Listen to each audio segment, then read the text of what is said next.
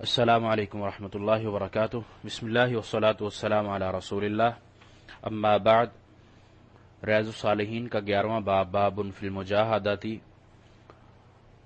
اس کی آج حدیث نمبر 7ویں ہے، اور کتاب کے نمبرنگ کے حساب سے ہماری حدیث نمبر آج 101 ہے۔ عنہ ان رسول اللہ صلی اللہ علیہ وسلم قال، عنہ سے مراد یہ کہ جو پچھلی حدیث روایت کرنے والے صحابی ہیں، راوی ہیں، انہی سے یہ روایت ہے، یعنی پچھلی حدیث ہماری جو 100 نمبر تھی وہ سیدنا ابو ہریرہ رضی اللہ تعالیٰ عنہ سے تھی، تو یہ حدیث بھی سیدنا ابو ہریرہ رضی اللہ تعالیٰ عنہ سے ہے۔ کہتے ہیں کہ رسول اللہ صلی اللہ علیہ وسلم نے فرمایا، حجبت النار بالشہوات، کہ اللہ تعالیٰ نے جو جہنم ہے اس کو شہوات، انسانی خواہشات سے ڈھانپ دیا ہے، وحجبت الجنت بالمکارہ، اور جو جنت ہے اس کو مشکلات سے یا ناگوار چیزوں سے ڈھانپا گیا ہے۔ متفق علیہ، یہ حدیث بخاری اور مسلم کی ہے۔ وفی روایت مسلم، اور مسلم صحیح مسلم کی حدیث کی ایک روایت میں حفت کا لفظ آیا ہے، بدلہ جو حجبت کی جگہ پہ حفت کا لفظ آیا ہے۔ حفت کا معنی اور حجبت کا معنی تقریباً برابر ہی ہے، یعنی کہ کسی کو ڈھانپ دینا یا اس کے اوپر ڈال دینا، تو یہ دونوں قریب معنی ہے۔ نبی علیہ الصلوۃ والسلام کی اس حدیث میں ہمیں بہت بڑا سبق دیا جا رہا ہے، وہ یہ کہ انسان کی جو زندگی ہے اس کو جو کوشش کرنے کا درس دیا جا رہا ہے وہ یہ کہ اللہ کے کاموں کے لیے اس کو کوشش کرے، کیونکہ جنت بڑا مشکل سودا ہے، بڑا مشکل مرحلہ ہے، تو جنت حاصل کرنے کے لیے انسان کو بڑی مشکلات سے گزرنا پڑتا ہے۔ شیطان جس نے، ابلیس جو ہے، اللہ تعالیٰ کو چیلنج جس نے دیا ہے کہ میں تیرے ہر نیک بندے کو، ہر بندے کے راستے میں بیٹھوں گا اور اس کو بھٹکاؤں گا، تو اللہ تعالیٰ نے بھی اس کا چیلنج قبول کیا اور فرمایا کہ تیرے راستے کے لیے وہی آئے گا جو تیری طرف کا ہوگا، جو میرا بندہ ہوگا، میرے راستے پہ چلنے والا ہوگا، وہ تیرے دھوکے میں نہیں آئے گا۔ اسی لیے اللہ تعالیٰ نے پھر ایسے انسان کے لیے، مومن بندے کے لیے بڑے انعامات بھی رکھے ہیں اور جنت کا وعدہ کیا ہے، وہ اس لیے کہ وہ بڑے مشکل مراحل سے انسانی جو اس کی نفس کی اپنی خواہشات ہیں، ان خواہشات کا گلا گھونٹ کر شیطان کے شر سے، اس کے مکاریوں سے بچتے ہوئے وہ زندگی بسر کرتا ہے، تو پھر اللہ تعالیٰ اس کو بڑا اجر دیتے ہیں، اس کے لیے جو صلہ ہے اس سارے گھٹن مرحلے کا، اس زندگی گزارنے کا، دنیاوی زندگی گزارنے کے بعد، اس کا اس امتحان میں پاس ہونے کے بعد اس کا جو نتیجہ نکلتا ہے وہ بہت اچھا ہوتا ہے، اعلیٰ ہوتا ہے۔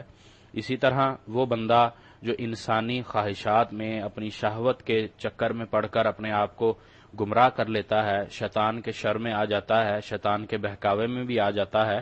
تو اس کے لیے پھر دنیا کی زندگی، دنیا کی عیش و عشرت، یہ سب چیزیں اس کے لیے آسان ہو جاتی ہیں، کیونکہ اس کو پھر نہ حلال کا پتہ نہ حرام کا پتہ، وہ یہ تمیز کرنا بھول جاتا ہے۔ بس اس کو جو جسم اس کا یا اس کا نفس جس چیز میں راحت، جس چیز میں سکون یا جس چیز میں آرام محسوس کرتا ہے، وہ بندہ وہ کر گزرتا ہے، وہ اچھی ہو وہ بری ہو، اس چیز کو وہ نہیں دیکھتا، تو انسان اپنے نفس کے اور پھر شیطان کے بہکاوے میں آ کر بہک جاتا ہے، تو پھر اس کے لیے جو ٹھکانہ ہے وہ اللہ تعالیٰ نے جہنم کا ٹھکانہ رکھا ہے، کیونکہ وہ اپنی یہ زندگی عیش و عشرت سے جی لیتا ہے، بغیر کسی روک ٹوک کے، بغیر کسی ایک لائن پر نہیں گزارتا، بلکہ جو جی میں آتا ہے اس کے وہ کرتا ہے، کسی پابندی کا محتاج نہیں ہے وہ اپنے آپ کو رکھتا۔ اس وجہ سے پھر اس کو جو آخرت کی زندگی ہے وہ اس کے لیے گھٹن ہے، مشکل ہے، اس کو اس وقت مشکلات ہوں گی، اور جو دنیا میں مشکلات اٹھا لیتا ہے، اپنے شہوات کا گلا گھونٹ لیتا ہے، اپنے نفس کو روک لیتا ہے، شیطان کے شر سے محفوظ اپنے آپ کو رکھتا ہے، اس کے لیے دنیا میں جو مشکلات ہیں، درد ہیں، تکلیفیں ہیں جتنی بھی، کیونکہ مومن بندے انبیاء علیہ السلام اللہ کے قرب حاصل کرنے والے لوگ تھے، اللہ کے قریب والے لوگ تھے، تو انبیاء کی ہم اگر فہرست دیکھیں، سیدنا ابراہیم علیہ السلام، سیدنا نوح علیہ السلام، موسیٰ علیہ السلام، عیسیٰ علیہ السلام، یہاں تک کہ ہمارے نبی محمد علیہ الصلوۃ والسلام، یہ سب انبیاء پر اللہ تعالیٰ کی طرف سے مشکلات بھی آئیں، مصائب بھی آئیں، جس طرح نبی علیہ الصلوۃ والسلام غزوہ احد میں دندان مبارک بھی شہید ہوئے، آپ صلی اللہ علیہ وسلم کا جسم مبارک بھی زخمی ہوا۔ اسی طرح غزوہ خندق کے موقع پر، جس کو غزوہ احزاب بھی کہتے ہیں، سورۃ الاحزاب جس پر مکمل اتاری گئی ہے، اس میں اللہ کے نبی علیہ السلام بھوک پیاس کا مرحلہ ہے۔ اسی طرح یہ سارے مشکلات جو ہیں اللہ تعالیٰ اپنے محبوب بندوں کو دیتا ہے، ان کو پرکھتا بھی ہے، ان کو دیکھتا بھی ہے۔ اس طرح سورۃ اللہ تعالیٰ نے احسب الناس ان یترکوا ان یقولوا آمنا وهم لا یفتنون، یہ اللہ تعالیٰ نے فرمایا ہے کہ کیا ہم یہ سمجھتے ہیں کہ جو کہتے ہیں ہم ایمان لے آئے، ان کے اس لفظ پر ہی ہم ان کو چھوڑ دیں؟ تو اس لیے یہ اللہ تعالیٰ کا نظام ہے، اللہ تعالیٰ کی قدرت ہے کہ اللہ تعالیٰ اپنے بندوں کو سنبھلنے کا بھی موقع دیتا ہے، ان کو ہلکا سا چیک بھی کرتا ہے کہ ان کا ایمان کس طرح، وہ میری طرف آنے میں کتنی تڑپ رکھتے ہیں۔ تو اس لیے اللہ تعالیٰ اپنے نیک کارو بندوں کو مشکلات مصائب دیتا ہے، اور پھر ان پر ثابت قدم رہنے کی صلاحیت بھی اللہ ہی دیتا ہے، لیکن اس سے پہلے یہ کہ بندہ اپنی کوشش کرتا ہے۔ بندے کی اپنی کوشش، اپنی طلب، اپنی توفیق مانگنا، یہ اہم ہے۔ اس کے بعد اللہ تعالیٰ اس کو دیتا ہے، جس طرح ہم نے پیچھے بھی حدیث میں پڑھا تھا کہ جو اللہ تعالیٰ کی طرف اپنا دل لگاتا ہے، اللہ تعالیٰ کی طرف جاتا ہے، ایک بالش جاتا ہے، اللہ تعالیٰ دو آتے ہیں۔ اگر وہ ایک بازو جاتا ہے، اللہ تعالیٰ دو آتے ہیں۔ اگر وہ چل کر جاتا ہے، اللہ تعالیٰ اپنی مدد اور نصرت کے ساتھ اس کی طرف دوڑ کر آتے ہیں۔ تو یہ بندے کی طلب پر ہے کہ بندے کی چاہت کیا ہے، اس کی کوشش کیا ہے،